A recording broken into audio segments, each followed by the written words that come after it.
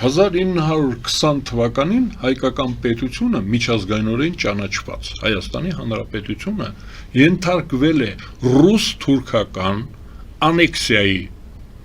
այսինքն եղել է ագրեսիա, զորքերը թուրքական բանակը մի կողմից, ռուսական բանակը մյուս կողմից հարձակվել են հայկական պետության վրա, գրավել են պետությունը, զավթել են պետությունը, Նագորնի Կարաբախ, Նախիջևան, Ղարս, Արդահան, Վան, Տրապիզոն, եթե կուզեք, դրանք բաժանել են, վերցրել են իրար մեջ բաժանել են ու առ այսօր գործում է նրանց դաշինքը հայկական պետության դեմ, օրինակ կա զինվորական բազա, օկուպացիոն զինվորական բազա, նրանք մտել են առանց մեր կամքը հարցնելու 1920 թվականին այդ զորքը հայտնի մարդիկ են Տուխաչևսկու բանակն է, 11-րդ բանակը, մեր մոտ իրանց երեխաների անուննել են Տուխաչևսկի դնում, գայ են դնում, այդ դրանք բոլոր գայը Տուխաչևսկու զինվորներից էր,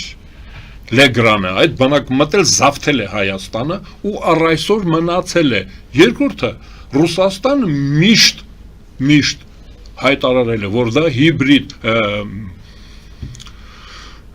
էլ կարելի ասել, բայց խիմերային պետություն է, իրենց հնարածն, իրենք են իրենց մասին այդպես ասում, ես չեմ կպցնում այդ պիտակը,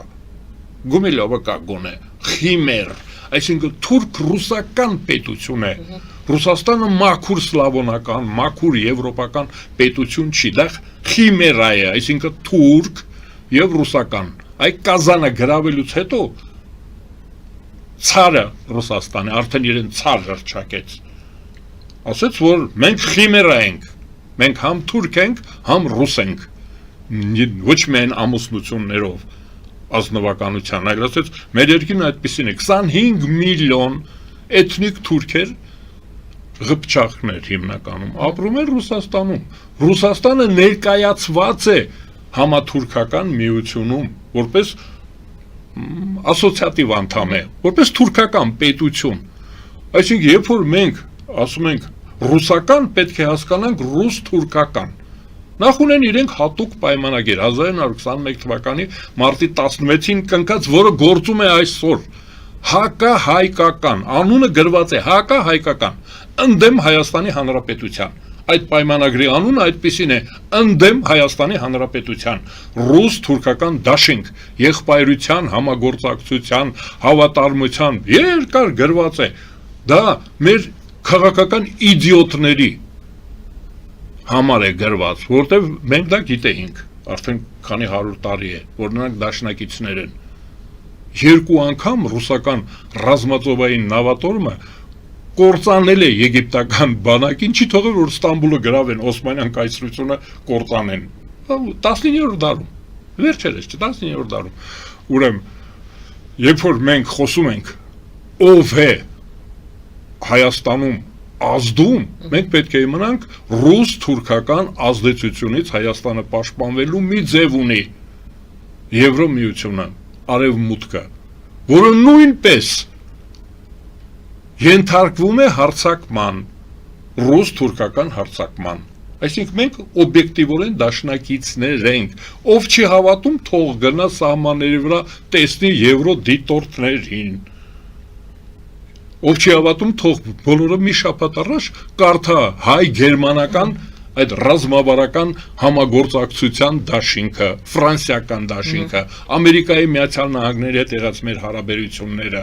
այսինքն նրանք մեզ ասում են, որ մենք ձեր գործընկերն ենք, որտեղ ռուս-թուրքական վտանգը, ագրեսիան նույնպես կա, քանի անգամ են օսմանյան թուրքերը Վիեննան պաշարել, քանի անգամ են պաշարել, ուզում ասել հայտնի բան է, ռուսական բանակը Աուստերլիցում ինչ էր անում 1805 թվականին, ուզում ասել, որ մենք ունենք դաշնակիցներ, այդ դաշնակիցները այսօր հնարավորություն ունել մեզ աջակցելու, 1920 թվականին չաջակցեցին, 1921 թվականին չաջակցեցին, գրիպ էր այնտեղ, նոր էր պատերազմը վերջացել, մենք պետք է հաշվի առնենք, որ մեր ինքնապաշտպանությունը նախ եւ առաջ դա մեր գործն է, մեր անվտանգությունը նախ եւ առաջ մեր գործն է։ Հիմա մենք գտել ենք դաշնակիցներ, այդ դաշնակիցներին խնդրել ենք, ասել ենք մենք ենթարկվում ենք հարձակման, մեր վրա հարձակում են ռուս-թուրքական ուժերը։ Այո, մենք տեսնում ենք իրենց հայտարարությունները, օրինակ, Եվրոպայի զինված ուժերը, միասնական արևմուտքի, փոքր հյուսիս ատլանտյան ուժերը հայտարարում են, որ իրենք ենթարկվել են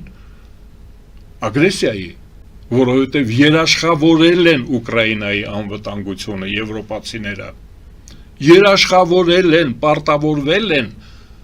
միջուկային զենքը հանելու ժամանակ, երբ որ Ուկրաինայում կար միջուկային զենք, ասեցին զենքը հանձնեք, մենք ապահովենք ձեր սահմանների անձեռնմխելիությունը, Եվրոպան հայտարարել է, հիմա Եվրոպան չի կարողանում ապահովել, այսինքն կռվի մեջ է, զենք, զինամթերք մատակարարելով չի բավարարում Եվրոպան, նաև տալիս է այլ տեսակի աջակցություն, դրա մասին մեզ ասում է Ռուսաստանը, Ռուսաստանը հայտարարում է, որ ինքը կռվում է ոչ միայն Ուկրաինայի դեմ, ոչ միայն ուկրաինական բանակի դեմ, ուկրաինական պետության զինված ուժերի դեմ, այլ միասնական արդեն արևմուտքի դեմ, այսինքն նրանք կռվում են, Հայաստանը, մի քիչ քննադատաբար ասեմ էլի, Հայաստանը շատ ծուլորեն է պաշտպանվում, այսինքն օրինակ կասեցրել է իր հարաբերությունները, մասնակցությունը ագրեսորի, նախահարձակի, ODKB-ում իր մասնակցությունը կասեցրել է, ակնհայտորեն ODKB-ն հարձակվել է հարևան երկրի վրա, ժողովրդավարական երկրի վրա, կուզեք ասեմ քրիստոնեական երկրի վրա, սլավոնական երկրի վրա ODKB-ն հարձակվել է, ես ասում եմ առանց պատճառաբանության, այսինքն անարդարացի պատճառաբանությունով, որ մենք վտանգ ենք զգում, մենք ուզում ենք, որ ունենանք բուֆերային պետություններ, դա ընդհանրապես անհեթեթություն է, և որևէ երկիր հայտարարվում, Հայաստանի Հանրապետությունը հայտարարվում է անվտանգության գոտի մի պետության համար, որևէ պետություն մեզ համարում է պատնեշ, թնդանոթի միս, զոհաբերման օբյեկտ, այ Ուկրաինան, հիմա Ռուսաստանը պահանջում է, ասում է, Ուկրաինան թող մարտունակ բանակ չունենա, ինքնապաշտպանության բավարար ռեսուրս չունենա, ես անհանգստանում եմ, երբ որ Ուկրաինան կարող է պաշտպանված լինել, այդ պատճառաբանությունով, պատճառաբանությունը դա է, Ուկրաինան պետք է թույլ պետություն լինի, ճիշտ այնպես ինչպես Հայաստանը, Վրաստանը, Ադրբեջանը, պետք է թույլ պետություն լինեն, Ռուսաստանը պետք է ապահով զգա, սա տարածք է անվտանգության, իր համար գոտի է դա, բրոնեժիլետ, բաճկոն է, Ռուսաստանի համար այդ ռուսական պետությունը, այդ ռուս-թուրքական պետությունը Ուկրաինան հայտարարել է զրահաբաճկոն իր համար, այդպիսի պատերազմ է հիմա ODKB-ն վարում Ուկրաինայում, ու մենք այդ միության անդամ ենք, ես ասում եմ, որ հարկավոր է ասել, որ մենք չենք ճանաչում որևէ պետության իրավունքը հարևան պետությանը հայտարարել միջանցք, զրահաբաճկոն, ջրանցք, պատնեշ, այդ պետք է ասենք, որ մենք քանի որ դուք հայտարարում եք Բելորուս օրինակ ակտիվորեն մասնակցում է, մենք պետք է խզենք մեր հարաբերությունները Բելորուսի հետ,